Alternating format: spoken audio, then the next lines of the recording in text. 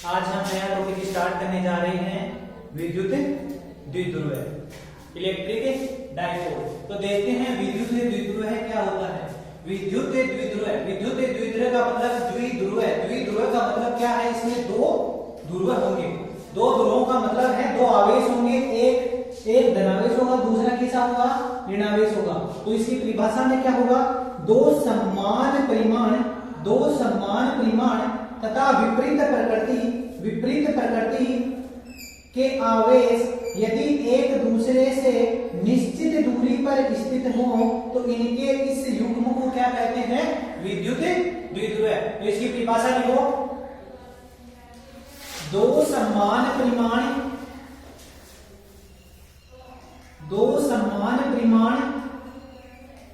तथा विपरीत प्रकृति के आवेश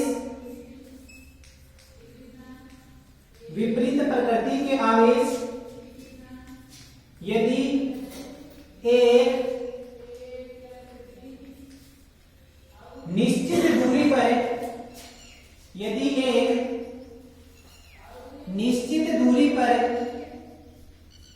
स्थित हो तो आवेशों के इस युग्म को विद्युत द्विध्रुव इलेक्ट्रिक डाइपोल कहते हैं। विद्युत द्विध्रुव की परिभाषा क्या है, दो समान परिमाण एवं विपरीत प्रकृति के आवेश यदि एक दूसरे से निश्चित दूरी पर स्थित हो तो इनके इस युग्म को क्या कहेंगे, विद्युत द्विध्रुव। इसके बाद में अगली परिभाषा लिखो, विद्युत द्विध्रुव आघूर्ण इलेक्ट्रिक डाइपोल मूवमेंट। विद्युत द्विध्रुव आघूर्ण इलेक्ट्रिक डाइपोल मूवमेंट। अब विद्युत द्विध्रुव आघूर्ण क्या होगा, ये किसके कारण आघूर्ण उत्पन्न होगा, ये विद्युत द्विध्रुव के कारण उत्पन्न होगा। इसमें क्या होगा कि दो समान परिमाण एवं विपरीत प्रकृति के आवेश यदि एक दूसरे से निश्चित दूरी पर स्थित हो तो उनमें से किसी एक आवेश के परिमाण एवं उनके मध्य की दूरी के गुणनफल को ही क्या कहते हैं, विद्युत द्विध्रुव आघूर्ण कहते हैं। विद्युत द्विध्रुव आघूर्ण में क्या होगा, जो विद्युत द्विध्रुव है उसमें दो आवेश है, एक धनावेश है, दूसरा ऋणावेश है, दोनों की प्रकृति विपरीत है, परिमाण दोनों का समान है। तो क्या करेंगे, उनमें से किसी एक आवेश के परिमाण, किसी एक आवेश का परिमाण लोगे, धनावेश का परिमाण लोगे तो धनावेश ही आएगा, ऋणावेश का परिमाण लोगे तो क्या आएगा, धनावेश ही आएगा। तो किसी एक आवेश के परिमाण तथा उनके मध्य की दूरी के गुणनफल को ही क्या कहते हैं, विद्युत द्विध्रुव आघूर्ण कहते हैं। तो इसकी परिभाषा लिखो, जब परिमाण में समान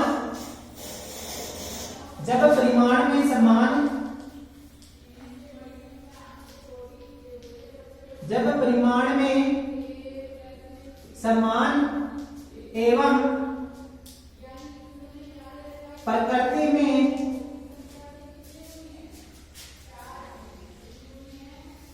विपरीत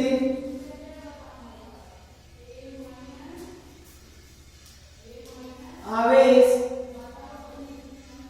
एक दूसरे से निश्चित दूरी पर स्थित हो तो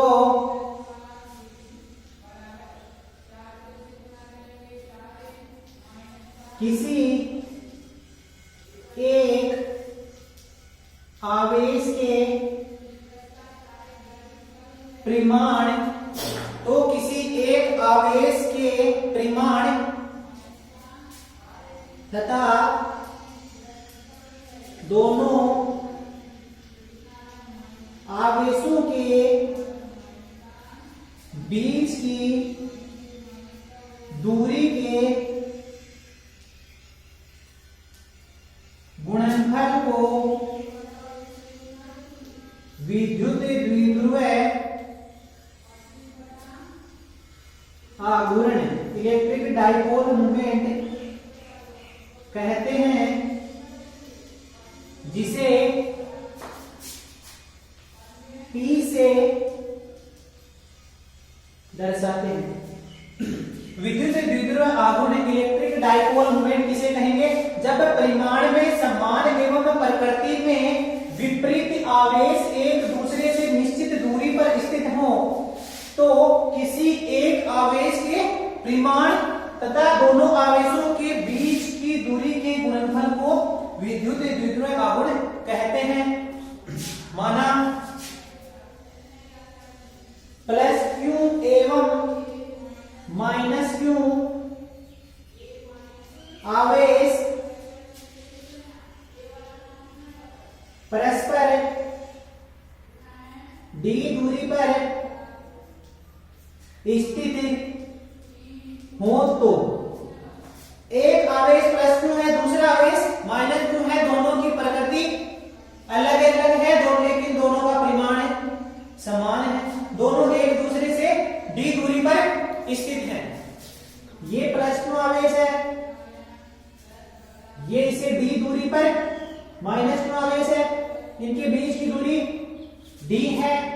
तो विद्युत द्विध्रुव आघूर्ण कितना होगा? जब परिमाण में समान एवं प्रकृति में विपरीत आवेश, परिमाण में समान है, प्रकृति में विपरीत है, आवेश एक दूसरे से निश्चित दूरी d पर स्थित है, तो किसी एक आवेश के परिमाण एवं दोनों के बीच की दूरी के गुणनफल को ही क्या कहेंगे? विद्युत द्विध्रुव आघूर्ण, जिसे P से दर्शाते हैं। अब यहां से इसका मात्रक क्या होगा?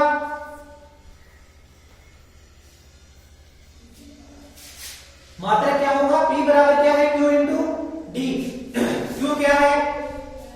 आवेश का मात्रक क्या होता है? कूलम्ब। और D क्या है? दूरी का मात्रक क्या होगा? मीटर। तो ये क्या हो गया इसका मात्रक। यहीं से इसकी विमा निकालते हैं। तो विमा के लिए क्या करेंगे? आवेश की विमा क्या होगी?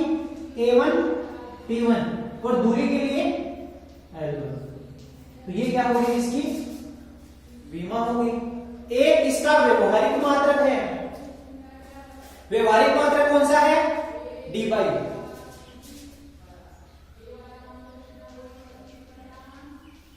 व्यवहारिक मात्रक, इसका व्यवहारिक मात्रक है D बाई। एक D बाई 3.3 गुणा 10 की पावर -30 कूलम्ब इंटू मीटर के बराबर होता है। इसे याद रखना है, ऐसा वैसा पूछा जा सकता है कि एक D बाई कितने कूलम्ब इंटू मीटर के बराबर होता है। तो ये हो गया विद्युत द्विध्रुव आघूर्ण। इसमें अगला पॉइंट लगा के लिख लो, विद्युत द्विध्रुव आघूर्ण एक सदिश भौतिक राशि है। विद्युत द्विध्रुव आघूर्ण कैसी राशि है? एक सदिश भौतिक राशि है। तो सदिश होगा तो इसकी दिशा भी होगी। इसे आगे लिखो, इसकी दिशा -q से +q की ओर होती है। विद्युत क्षेत्र की दिशा +q से -q की ओर होती थी, जबकि इसकी दिशा -q से +q की ओर होगी। तो यहां पे इसकी दिशा किधर होगी? -q से +q की ओर होगी। तो इसकी दिशा किधर होगी? इस सदिश की दिशा इधर होगी, -q से +q की ओर होगी। इसके बाद में हम इस विद्युत द्विध्रुव के कारण जो विद्युत क्षेत्र उत्पन्न होगा उस विद्युत क्षेत्र की गणना करते हैं। तो अगला पॉइंट लिखो, विद्युत द्विध्रुव के कारण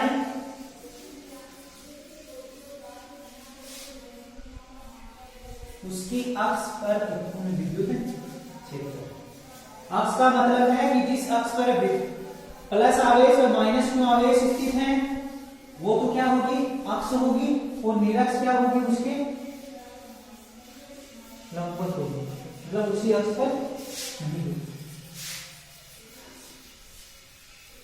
लिखो, विद्युत द्विध्रुव के कारण अक्ष पर विद्युत क्षेत्र की तीव्रता। विद्युत द्विध्रुव के कारण अक्ष पर विद्युत क्षेत्र की तीव्रता।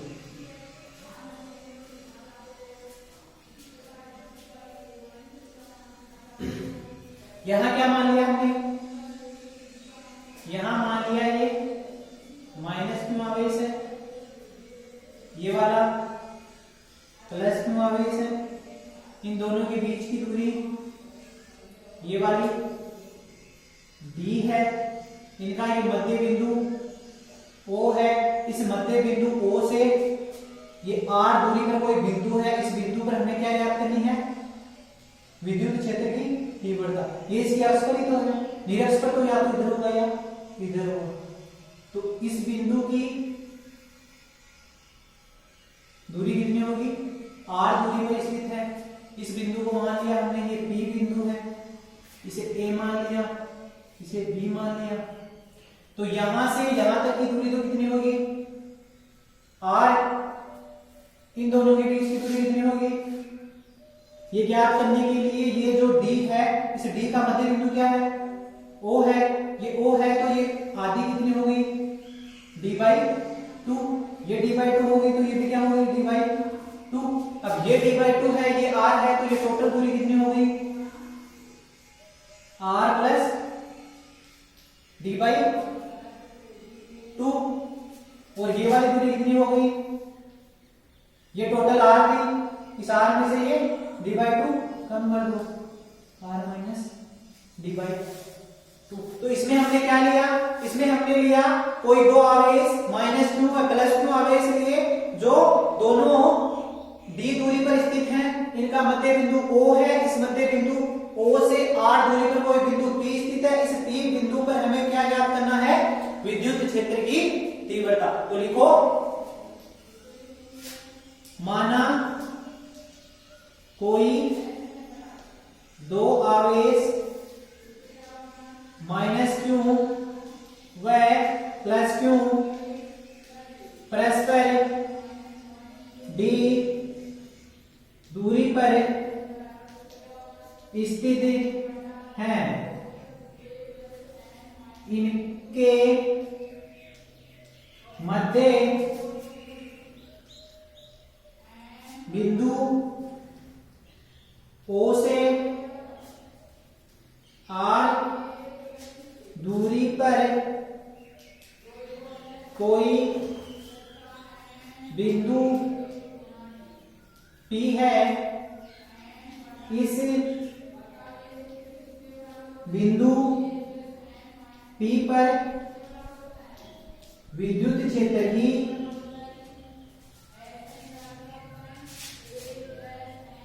तीव्रता ज्ञात करनी है। कोई दो आवेश माइनस q प्लस q परस्पर d दूरी पर स्थित है, इसके मध्य बिंदु O से r दूरी पर कोई बिंदु P स्थित है, इस बिंदु P पर क्या ज्ञात करनी है, विद्युत क्षेत्र की तीव्रता ज्ञात करनी है।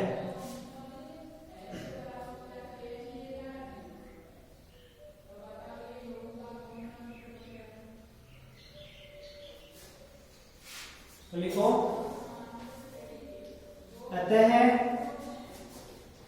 माइनस q आवेश के कारण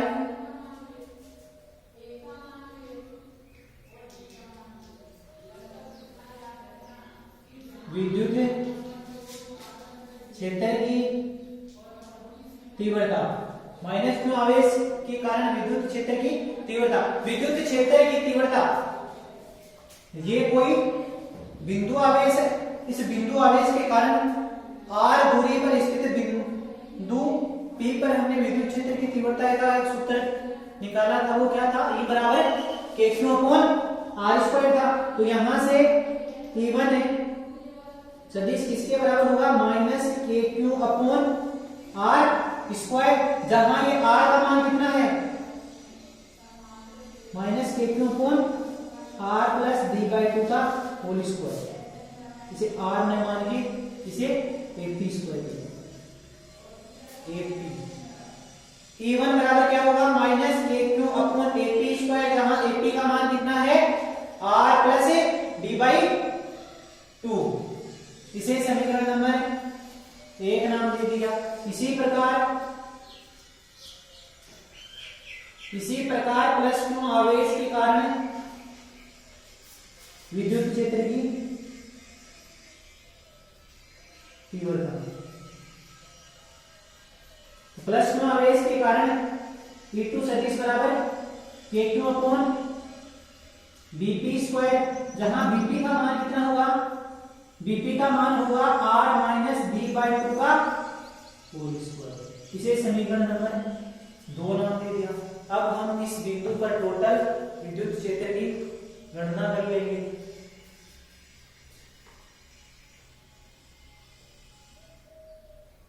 यहां से ये E1 और E2 की दिशा देखो, ये माइनस क्यू आवेश है, तो माइनस क्यू के कारण अपनी ओर होगी, तो यहाँ ये E1 की दिशा इधर होगी और E2 की दिशा इधर होगी।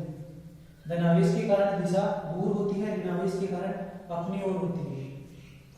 यहां से ये टोटल जो इन दोनों के कारण जो टोटल विद्युत क्षेत्र उत्पन्न होगा उसकी दिशा इधर होगी। एक तो आवेश इतनी दूरी पर स्थित है, दूसरा आवेश इससे पास स्थित है, तो विद्युत क्षेत्र दूरी के वर्ग के व्युत्क्रमानुपाती होता है। तो दूरी के वर्ग के व्युत्क्रमानुपाती होगा तो ज्यादा कौन सा होगा, दूरी ज्यादा ये है, तो ज्यादा दूरी होगी तो विद्युत क्षेत्र कम होगा, और ये कम दूरी है तो विद्युत क्षेत्र ज्यादा होगा। मतलब E2 है वो E1 से ज्यादा है, तो टोटल परिणामी विद्युत क्षेत्र की दिशा किधर आएगी, इधर आएगी।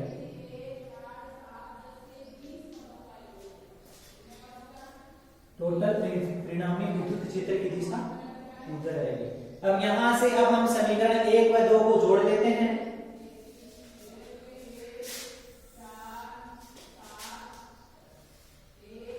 तो परिणामी सदिश होगा वो किसके बराबर होगा, E सदिश बराबर E1 प्लस E2 सदिश के।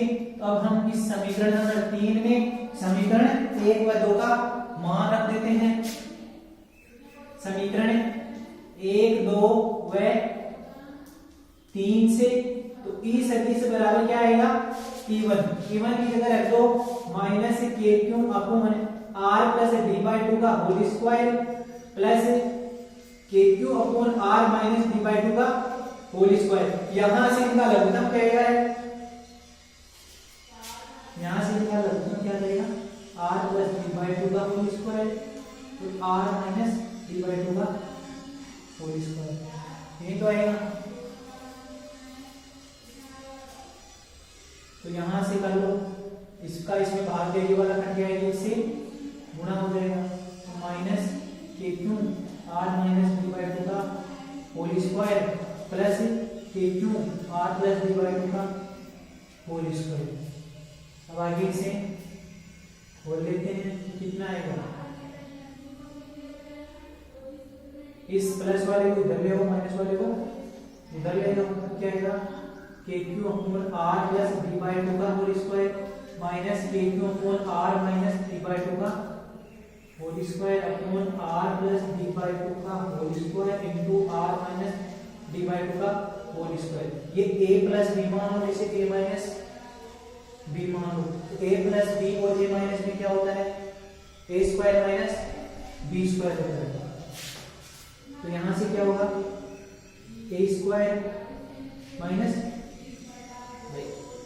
a प्लस b, और a माइनस b किसके बराबर होता है, a square minus b square. इसे हम क्या लिख सकते हैं, ए स्क्वायर माइनस बी स्क्वायर, ए स्क्वायर माइनस बी स्क्वायर, ए स्क्वायर माइनस बी स्क्वायर कितना है, उनका मान रख दो, R minus B by two का whole square, R minus B by two का स्क्वायर। तो ये d बटा 2 है, तो d बटा 2 का मतलब क्या हो जाएगा, d स्क्वायर बटा 4, d स्क्वायर बटा 4। अब इसी प्रकार इस ऊपर वाले को खोलो, ऊपर वाले को खोलोगे तो क्या आएगा, यहां से यहां भी k क्यों है, यहां भी k क्यों है, तो k क्यों तो क्या आ जाएगा, कॉमन आ जाएगा।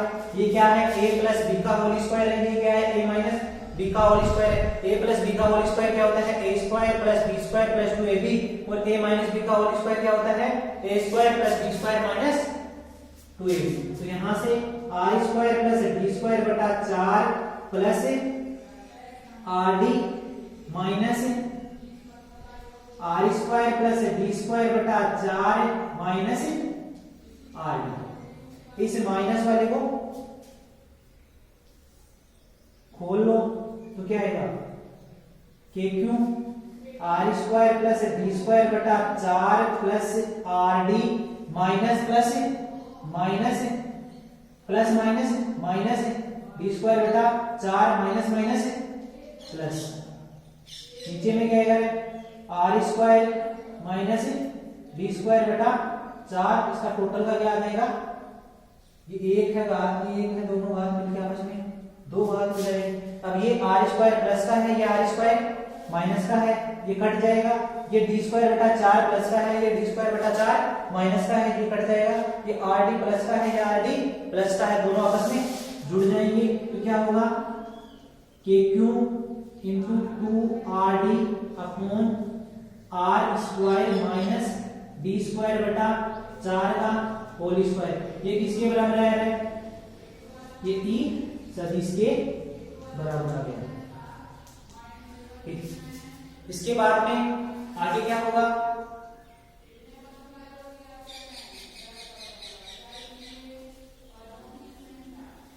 अब हम इस जो d है उस d को r की तुलना में क्या मान लेंगे, नगण्य मान लेंगे। तो यहां से टोटल क्या हो गया, यहां से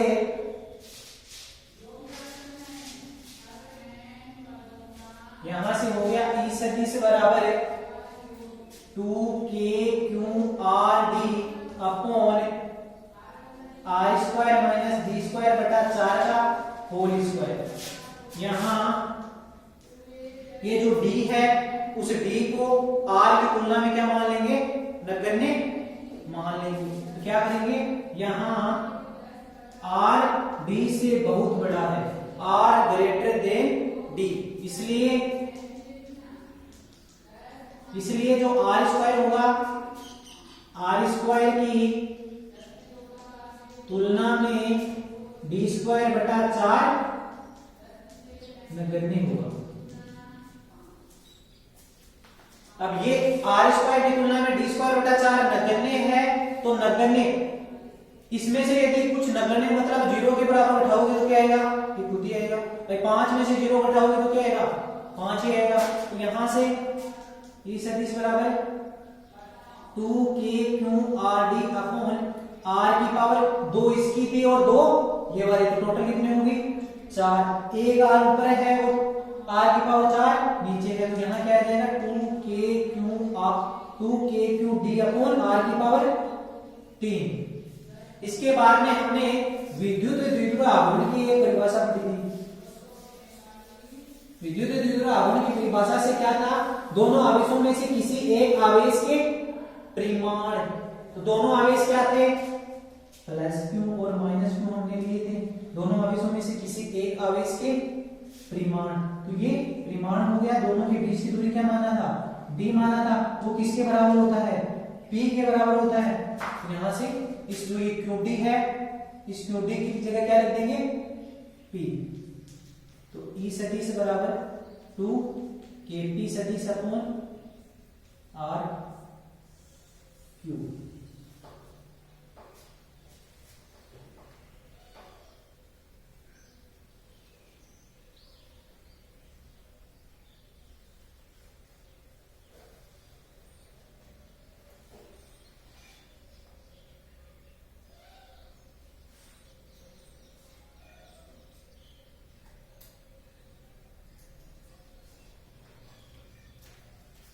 तो यहां से ये यहाँ प्लस का चिन्ह क्या दर्शाता है, ये प्लस का चिन्ह दर्शा रहा है कि इस ई की दिशा है उधर ही पी की दिशा है। हमने यहां देखा था कि इस बिंदु पर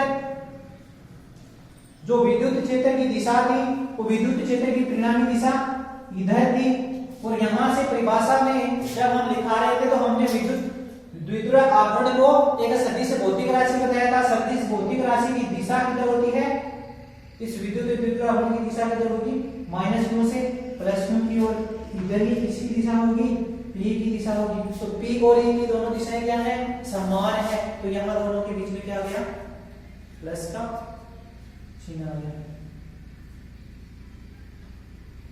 इसके बाद में लिखो विद्युत द्विध्रुव के कारण निरक्ष पर विद्युत क्षेत्र की तीव्रता, ये तो किस पर थी, अक्ष पर थी, और अब इसके बाद में हम निरक्ष पर ज्ञात करते हैं। निरक्ष पर ज्ञात करने के लिए वही तो आवेश लेंगे +q और -q,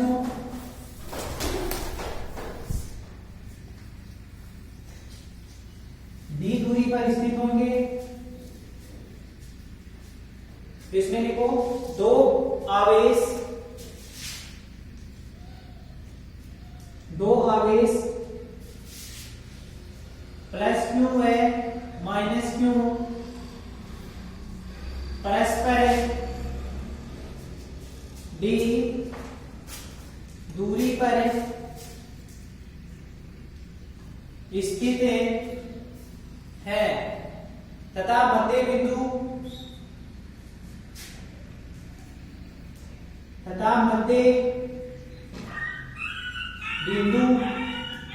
O है। इस मध्य बिंदु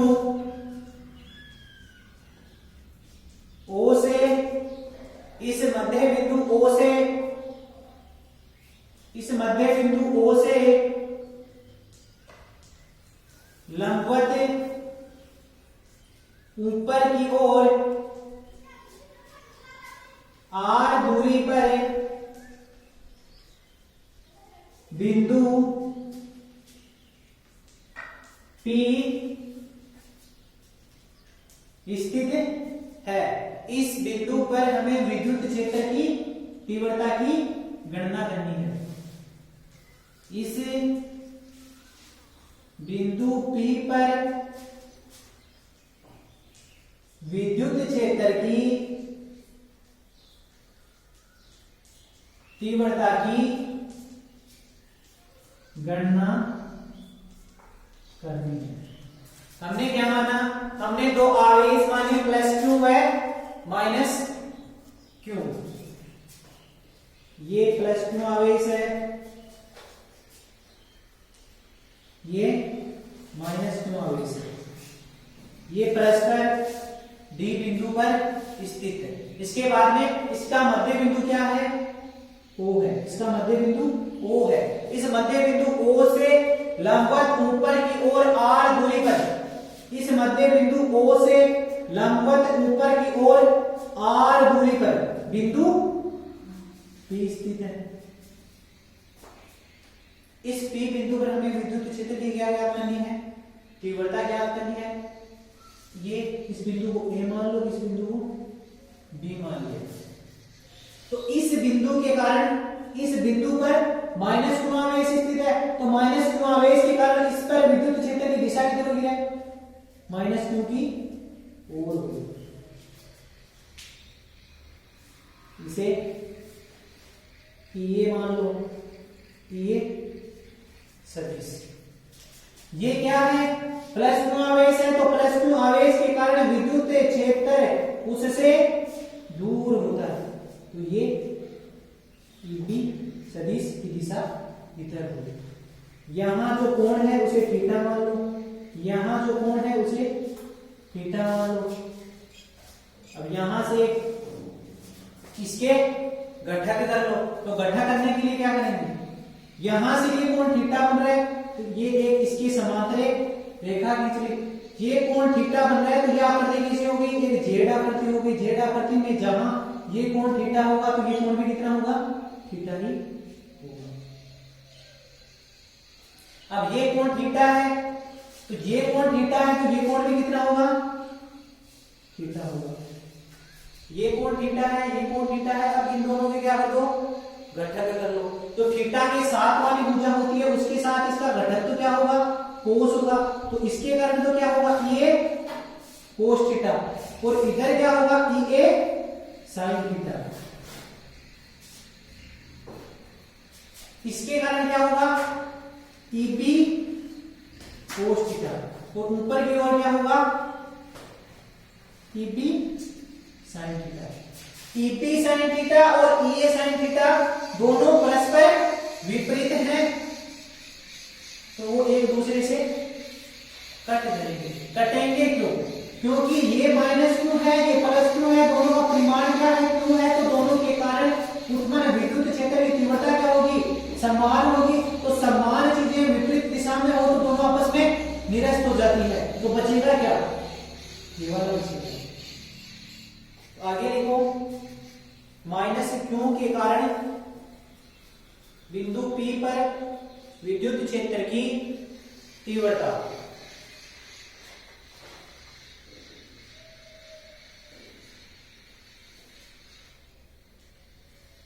माइनस क्यों के कारण बिंदु P पर विद्युत क्षेत्र की तीव्रता। तो इस बिंदु से इस बिंदु पर, इसके कारण इस बिंदु पर हमें विद्युत क्षेत्र की तीव्रता ज्ञात करनी है। तो दूरी कौन सी काम में आएगी, ये वाली काम में आएगी। ये वाली ज्ञात करने के लिए क्या करेंगे, ये वाली दूरी हमने r मान ली, इन दोनों के बीच की दूरी d मान ली, तो ये वाली दूरी कितनी हो जाएगी, d/2। ये एक संपूर्ण त्रिभुज बन गया है। संपूर्ण त्रिभुज में ये वाला कोण 90 हो गया, तो 90 वाले के सामने क्या होगा, कर्ण होगा। तो कर्ण किसके बराबर होगा, ये जो 80 का मान है वो किसके बराबर होगा, r plus r² plus d² बटा 4 के बराबर हो जाएगा। तो यहां से ये सदिश कितना होगा, ये सदिश कितना होगा, minus KQ upon r² plus d² बटा 4 है। इसका टोटल का क्या होगा, होल स्क्वायर होगा। होल स्क्वायर से ये रूट कट जाएगा तो क्या आएगा, minus KQ upon r² plus d² बटा 4 आ गया। ये तो किसके कारण है, माइनस Q के कारण है।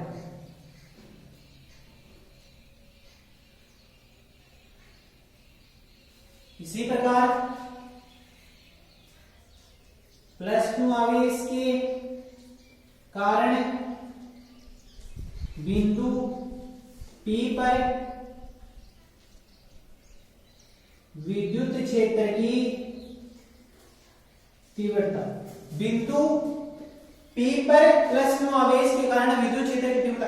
यहां ये माइनस चिन्ह किसको दर्शा रहा है, ये दिशा को दर्शा रहा है, न कि ये माइनस Q आवेश है इसलिए यहां माइनस है।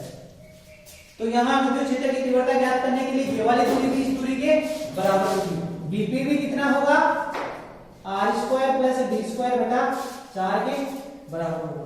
तो यहां से EB सदिश बराबर क्या रहेगा, KQ upon r² plus d² बटा 4।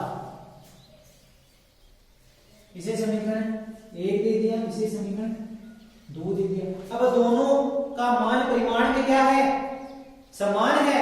परिमाण में समान है तो हम क्या मान लेते हैं, हम दोनों को एक ही मान लेते हैं। EA बराबर EB सदिश है, जिसे हमने क्या मान लिया, E मान लिया। EA और EB क्या है, परिमाण में क्या है, बराबर है। हमने दोनों को क्या मान लिया, E मान लिया। अब परिणामी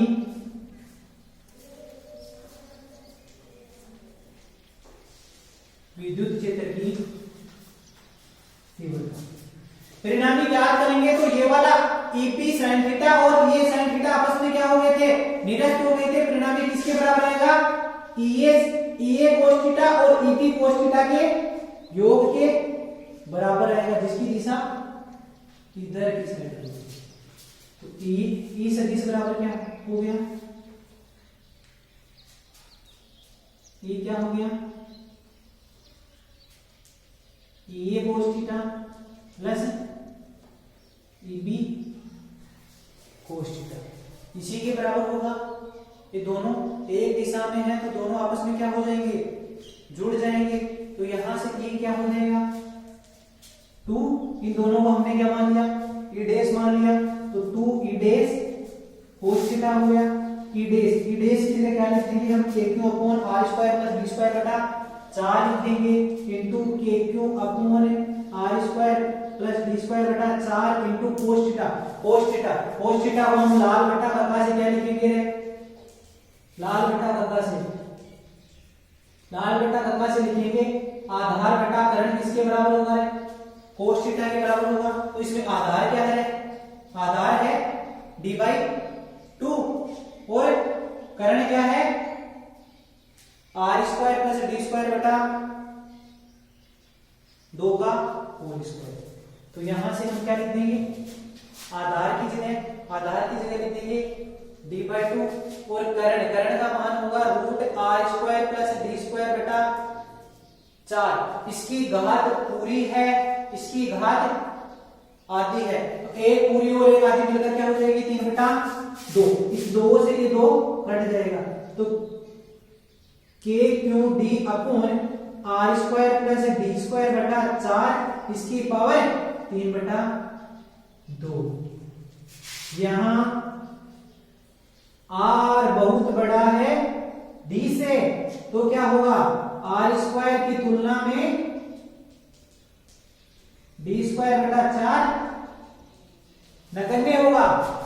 R स्क्वायर की तुलना में D स्क्वायर बटा 4 नगण्य होगा। तो किसी चीज में नगण्य का मतलब 0 जोड़ोगे तो क्या वही चीज आएगी जिसमें जोड़ा है। तो यहां से P बराबर क्या आ जाएगा, KQD अपॉन R स्क्वायर की पावर 3/2। E बराबर क्या आ जाएगा, इसकी पावर 3/2 है, घातें आपस में क्या होती है, गुणा होती है, तो 2 से 2 कट जाएगा। KQD अपॉन R की पावर 3। ये किसके कारण आ गया है, निरक्ष के कारण। अक्ष के कारण उत्पन्न विद्युत क्षेत्र, निरक्ष के कारण उत्पन्न विद्युत क्षेत्र का कितना होना होता है, 2 गुना होता है। अब यहां से इसका यदि तुम सदिश रूप लिखोगे तो विद्युत क्षेत्र की दिशा तो किस साइड है, इस साइड है, और विद्युत द्विध्रुव की दिशा -q से +q की ओर होती है। तो P की दिशा किधर होगी, इधर होगी। तो सदिश निरूपण में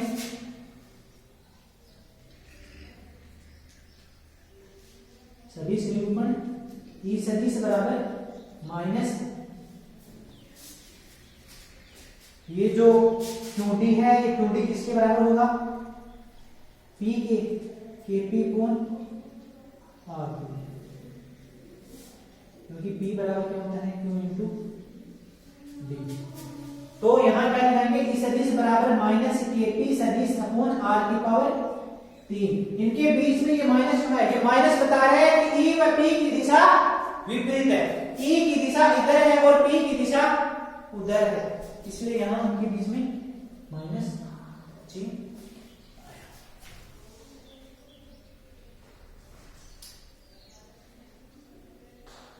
तो आज हमने विद्युत द्विध्रुव के बारे में पढ़ा, इसके बाद में विद्युत द्विध्रुव आघूर्ण क्या होता है, फिर विद्युत द्विध्रुव के कारण उसकी अक्ष पर और निरक्ष पर उत्पन्न विद्युत क्षेत्र के बारे में पढ़ा। अब आप अगली क्लास में पढ़ेंगे कि जो एक समान विद्युत क्षेत्र में आवेश रखे होते हैं उनके कारण बल आघूर्ण।